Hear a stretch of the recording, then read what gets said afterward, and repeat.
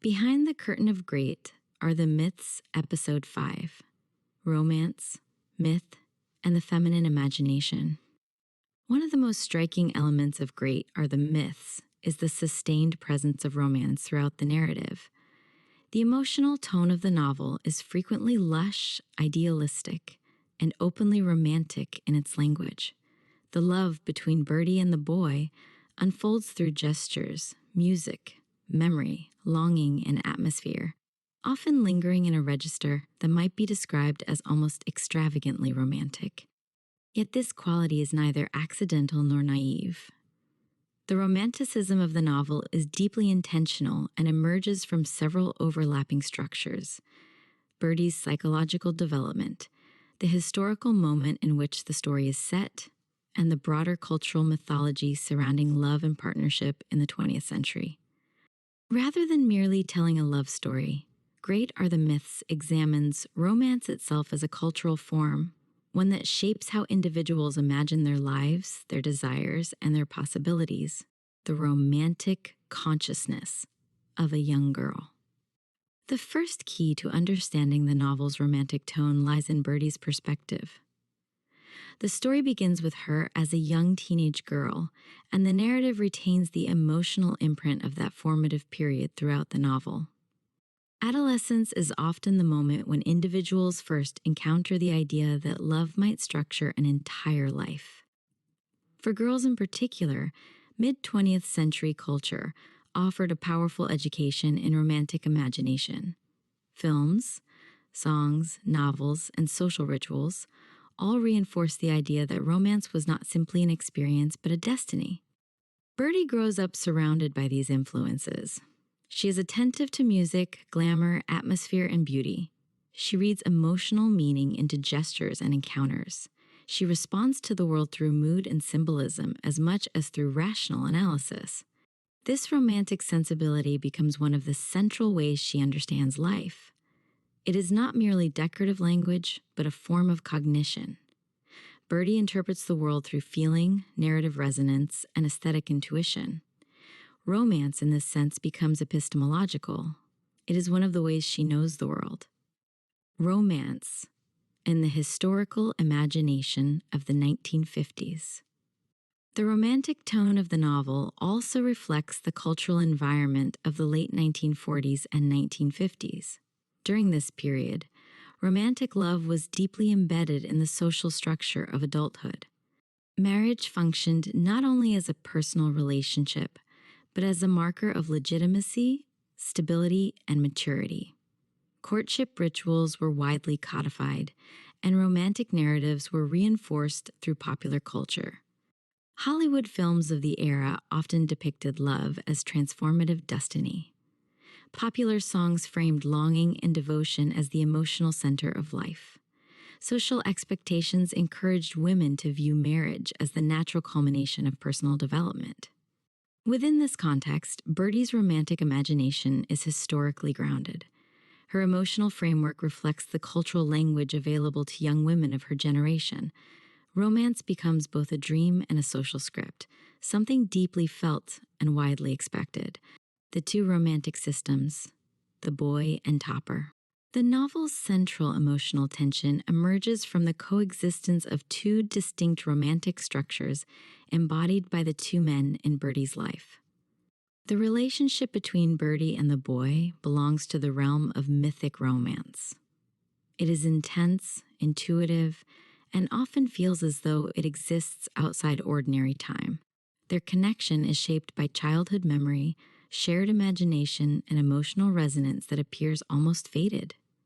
In contrast, Birdie's relationship with Topper represents a different kind of love, one grounded in stability, partnership, and social reality.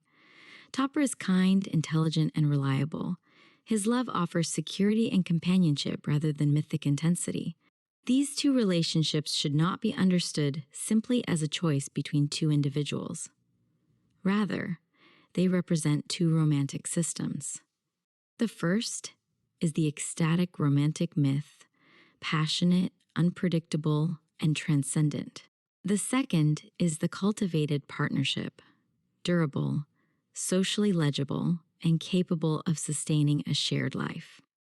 Birdie moves between these systems, experiencing the emotional truth of both romance and the myth of fulfillment.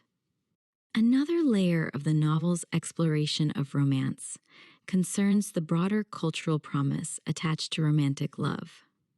Throughout the 20th century, romance increasingly became tied to the logic of consumer capitalism. Love was associated with objects, environments, and experiences that symbolize success and fulfillment: engagement rings, elegant homes, weddings, honeymoons, and carefully curated domestic spaces. In this framework, romance functioned as both emotional experience and cultural narrative. Individuals were encouraged to believe that the right relationship would produce a complete and harmonious life. Yet great are the myth subtly questions this promise. Birdie's emotional life exceeds the neat boundaries that romantic mythology attempts to impose. She experiences different forms of love that cannot be easily reconciled within a single narrative. Her difficulty is not moral confusion, but structural tension. The cultural script suggests that love should resolve itself into a single socially sanctioned partnership.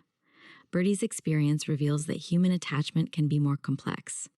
The feminine romantic imagination. The novel also treats the romantic imagination itself with seriousness and respect. Historically, literary culture has sometimes dismissed feminine romantic sensibility as trivial or sentimental. Yet the emotional intelligence present in Birdie's perspective demonstrates that romantic perception can contain its own kind of insight.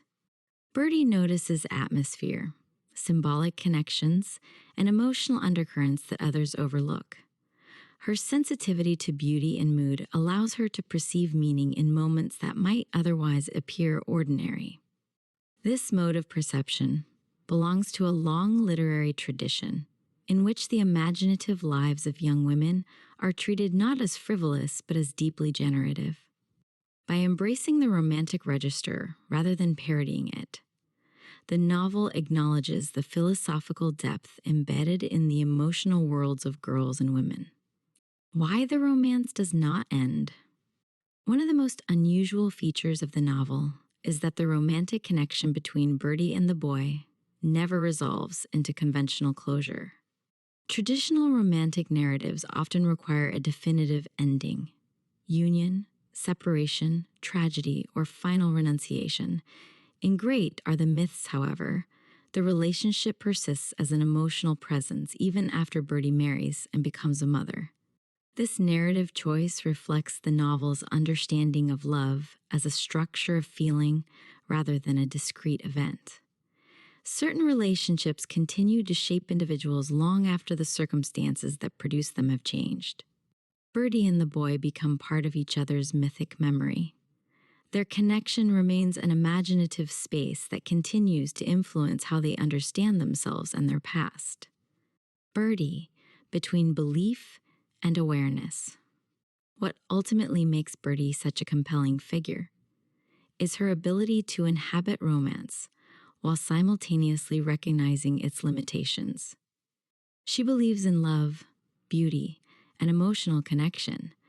At the same time, she is perceptive enough to notice the cultural expectations surrounding these ideals. She understands that society often treats romance as a framework for regulating women's lives. Birdie, therefore, occupies a unique position. She is both participant and observer. She experiences the enchantment of romance while also recognizing the structures that shape it. This dual awareness allows the novel to explore romantic myth without either cynicism or naivete. Conclusion. The romance in Great Are the Myths is far more than a narrative device. It is a lens through which the novel examines the emotional and cultural architecture of the 20th century. Through Birdie's perspective, the story reveals how romantic ideals are formed through adolescence, reinforced through culture, and woven into broader systems of social expectation. At the same time, it honors the genuine emotional power that romantic imagination holds within individual lives.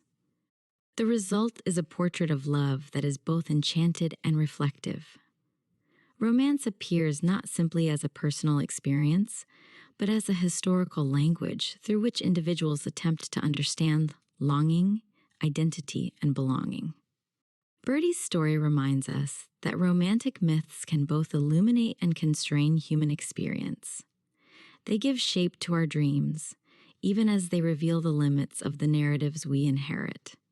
In this way, Great Are the Myths treats romance as both enchantment and structure, an emotional truth that continues to shape lives long after its original moment has passed.